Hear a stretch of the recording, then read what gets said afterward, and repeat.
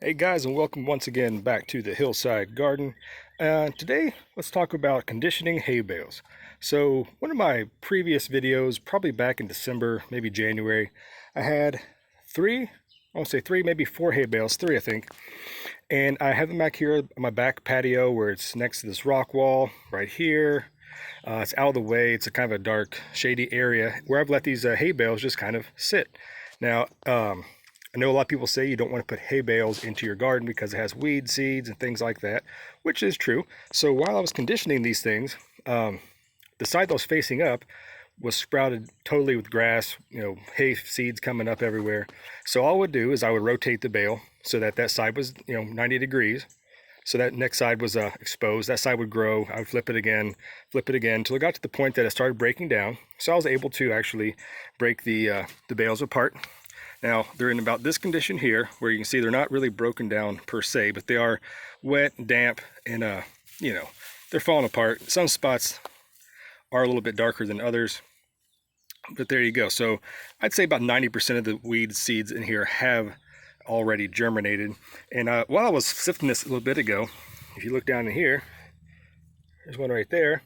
If you can see that or not, these things are just absolutely chock full of these gigantic worms, loving the hay bale. So put that guy back in there, let him get back to work. So the worms are going to help you break this stuff down as long as the warm temperatures and things like that.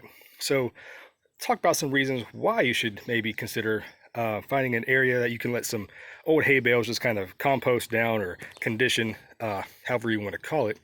So I like to use mine for around the potatoes. All right, so you've heard about the roof stout method about hilling, growing potatoes in just straw or hay.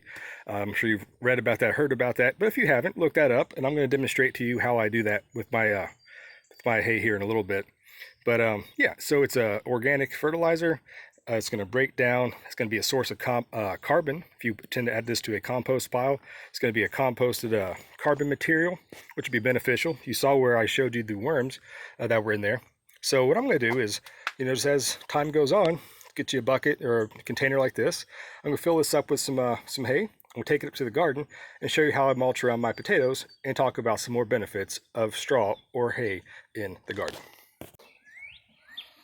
All right, guys, so we're up here at the pallet garden, the pallet fence around my garden.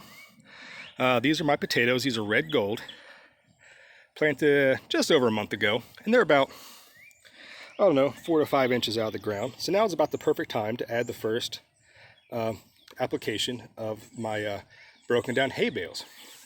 So the theory about this is the potatoes are actually going to grow. Then as you keep mulching or piling up the hay around it, it's going to provide a place for the potato roots to get into and the tubers to develop, which would be definitely above the actual ground level here. They're actually going to develop probably in this area, maybe. Okay, anyhow, so some benefits of that. If you're starting off with a new garden, or if you have heavy clay soil like I have, and you haven't had years to build it up yet, this is a great way to start growing something without having to plow deeply or till up a big section of your yard. You can actually start by growing potatoes, and the process of hilling them up with the straw, as the straw continues to break down, by the time the summertime is over with, this into the season, the hay is going to be completely gone, at least in my experience, in my climate where it's pretty wet and humid in the summer times. So that's actually going to do two things. It's going to help build your soil. It's actually going to help loosen your soil. So if you have the clay soil, it's actually going to add a way to loosen the clay, because it's add that organic matter on top of the soil while it breaks down. The potatoes are going to develop. As you harvest the potatoes, you're going to do digging a little bit, so that's going to help out. So, it's a very beneficial thing to do by adding hay to the potatoes. So if I swing you around over here, some things, right here's a celery plant, some purple cabbages, and you got the garlic in the background. So would I advise you to put this around these plants? I'm going to say not yet, because in my experience, the roots getting too wet, because this hay is going to retain a lot of moisture, especially around these young plants. Too much moisture is really not good for them. I would wait until the soil dries out a little bit more. This is late May. I'd say maybe around June, when the temperatures really start heating up. You want to throw that on there. But with the younger plants, at least in my opinion, I don't put it around them because I think they're a little bit too sensitive to the excess moisture, and just, I don't know, for whatever reason it might be. Maybe because it harbors too many insects, or slugs find a nice place to live in there, and they're going to eat your leaves of your cabbages or your celery, whereas potatoes are not really as interested, although slugs will take a nibble on some of the younger leaves. But once the potatoes get bigger, the slugs aren't really an issue whatsoever. As far as the garlic, I don't want to do that either, because I don't want the excess moisture to develop the, too much moisture to hinder the development of the garlic bulbs, which is something you don't want. And I just noticed right there, one of the garlic bulbs, actually, this is the hardneck variety, is actually starting to produce one of the garlic scapes. So yes, I need to come and harvest those. Yeah, so I thought about that. Yeah. Anyways, another idea to use for the hay, like I have here, pumpkins, squash, zucchini. Yes, under those plants, once they're established, I will definitely add a lot of that, because they would benefit from the excess moisture that it's going to retain. And it's also going to prevent weeds and things growing up, because those plants will get large. Potatoes are going to not, they're not going to move. They're going to stay here. But as your squash and your pumpkins are going to vine out, mulching down a little area with this hay, putting a nice deep bed, is going to prevent some of those weeds and give them a chance to get established, and then they can vine on top of it. And pumpkins will actually put down roots at the nodes as they grow. So by giving them this nice hay that's been broken down, they have something easily to root into, as opposed to trying to dig into the weedy soil, or compete with grass or wherever it is that they may be growing. So that's my opinion for adding the hay. So let me go ahead and add some hay around these potatoes, show you what I'm doing, and wrap this video up.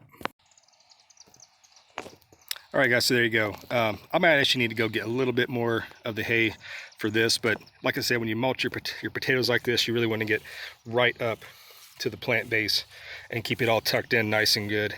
It doesn't matter if you get a little bit on the top or they look a little bit crowded in. Potatoes are going to pop right through this and grow just fine. So another benefit I didn't mention the first time, this is going to help keep the soil cool. Potatoes do not like hot temperatures. Is going to actually hinder the development of the tubers. So adding the hay on top like this will actually help keep the soil moist and cool. And just another reason why you might want to condition some hay bales for this kind of purpose. This is a whole heck of a lot easier than hilling your potatoes with a spade or a hoe or something like that, unless you got a big tractor and you're farming potatoes or something. If you're just in a small garden like this, growing just one little row of potatoes or even a potato patch, spreading hay is a lot easier than hoeing up all your potatoes. I guarantee you, trust me. So if you have a bad back, maybe you don't really want to get through all the labor, maybe you're just a little bit lazy, who knows. This is going to save you a lot of work on your back, a lot of work in time saved. So there you go. So yeah, if you have out of the way space, go ahead and compost yourself up a hay bale. There are many, many uses in the garden for it. It's totally beneficial. It's going to add worms, it's going to condition your soil, add nutrients, help your potatoes grow, and it's just easier than hoeing up things, in my experience. So there you go, guys. This little hillside garden tip for you on hay baling. If you like this, please subscribe. Give some thumbs up if you liked it, and as always, drop some comments if you had ever done this or have any questions about how to do it. I'd be happy to answer. So you guys take care. I'll see you next time. I'm gonna get back to putting some more hay on these potatoes. We'll catch you next time. Bye-bye.